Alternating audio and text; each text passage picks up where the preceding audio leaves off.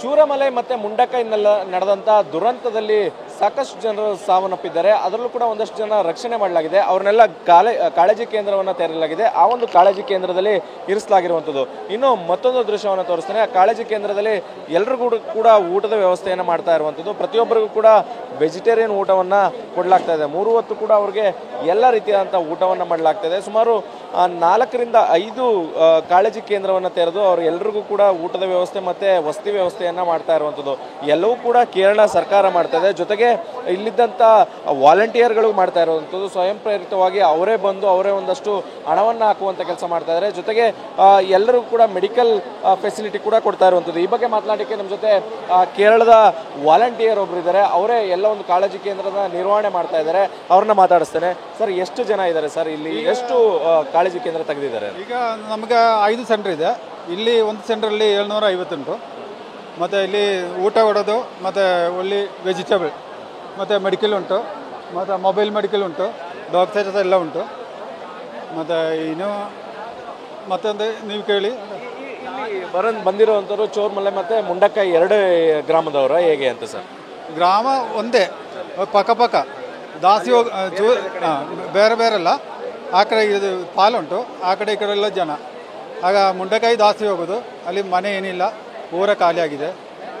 ಇಲ್ಲಿ 750 ಜನಕ್ಕೂ ಫೆಸಿಲಿಟಿ ಇದೆಯಾ ಸರ್? ಅಂದರೆ ಉಳ್ಕೊಳ್ಳೋದಕ್ಕೆ ಅಥವಾ ಊಟದ ವ್ಯವಸ್ಥೆ ಎಲ್ಲ ಹೇಗೆಲ್ಲ ಮಾಡ್ಕೊಳ್ತಾ ಇದ್ದಾರೆ? ಏನೆಲ್ಲ ಕೊಡ್ತಾ ಇದ್ದೀರಾ ಅವ್ರಿಗೆ? ಅವ್ರಿಗೆ ಈಗ ನಮಗೂ ಹೊಸದಾಗಿ ಕೊಡೋದು ಊಟನ, ಮತ್ತು ನೈಟಲ್ಲಿ ಚಪಾತಿ ಊಟನೂ ಉಂಟು. ಒಳ್ಳೆ ವೆಜಿಟೇಬಲ್ ಮಾತ್ರ ಅವ್ರಿಗೆ ಕೊಡೋದು. ಸ್ನ್ಯಾಕ್ಸ್, ಬೆಳಿಗ್ಗೆ ಸ್ನ್ಯಾಕ್ಸ್ ಉಂಟು, ಮತ್ತು ಚಪಾತಿ ಉಂಟು, ಪರೋಟ ಉಂಟು. ಮೆಡಿಕಲ್ ಫೆಸಿಲಿಟಿ ಆಯುರ್ವೇದಿಕ್ ಉಂಟು, ಮತ್ತು ಇದು ಉಂಟು, ಎರಡೂ ಉಂಟು. ವಾಲಂಟಿಯರ್ ಮಾಡ್ತಾ ಇರೋದಾ, ಸರ್ಕಾರದಿಂದ ಮಾಡ್ತಾ ಇರೋದಂಥದ್ದು ಸರ್? ಗೌರ್ಮೆಂಟಲ್ಲಿ ಸರ್ಕಾರ ಉಂಟು, ವಾಲಂಟಿಯರ್ಸ್ ಉಂಟು, ಮತ್ತು ಸಪ್ರೇಟ್ ಹೊರಗಡೆ ಕ್ಲಬ್ ಅವರು ಮತ್ತು ಈ ಸಹವಾಸ ಸಂಘ ಅವರೆಲ್ಲ ತಗೊಬರ್ತಾ ಉಂಟು. ಅಕ್ಕಿ ಮತ್ತು ವೆಜಿಟೇಬಲು, ಬಟ್ಟೆನ, ಬ್ಲ್ಯಾಂಕೆಟು ಎಲ್ಲ ತಗೊಬರ್ತಾ ಇದೆ.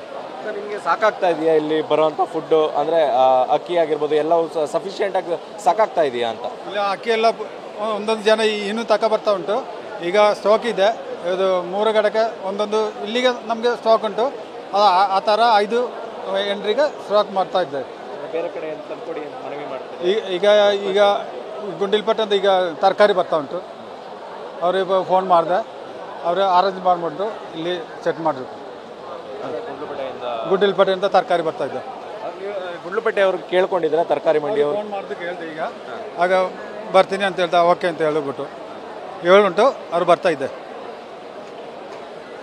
ಸಾಕಷ್ಟು ಕಡೆಯಿಂದ ಸಹಾಯ ಮಾಡ್ತಾ ಇದೆ. ಅದರಲ್ಲೂ ಕೂಡ ರಾಜ್ಯದ ಗುಂಡ್ಲುಪೇಟೆಯಿಂದನೂ ಕೂಡ ತರಕಾರಿ ಕಳಿಸುವಂಥ ಕೆಲಸವನ್ನು ಮಾಡ್ತಾ ಇರುವಂಥದ್ದು. ಯಾಕಂದರೆ ಕೇರಳಕ್ಕೆ ನಿರಂತರವಾಗಿ ಗುಂಡ್ಲುಪೇಟೆಯಿಂದ ತರಕಾರಿ ಬರುತ್ತೆ. ಆ ಕಾರಣದಿಂದಾಗಿ ಗುಂಡ್ಲುಪೇಟೆಯವ್ರನ್ನ ಮನವಿಯನ್ನು ಮಾಡ್ಕೊಂಡಿದ್ದಾರೆ, ತರಕಾರಿ ಮಂಡಿಯವ್ರನ್ನ. ಅವರಿಂದ ಕೂಡ ಈಗ ತರಕಾರಿಯನ್ನು ಕಾಳಜಿ ಕೇಂದ್ರಕ್ಕೆ ಕಳಿಸುವಂಥ ಕೆಲಸ ಕೂಡ ಆಗ್ತಾ ಇರುವಂಥದ್ದು. ಕ್ಯಾಮ್ರಾ ಪರ್ಸನ್ ಪ್ರಮೋದ್ ಜೊತೆ ದಿಲೀಪ್ ಚೌಡಳ್ಳಿ, TV9 ಕೇರಳ.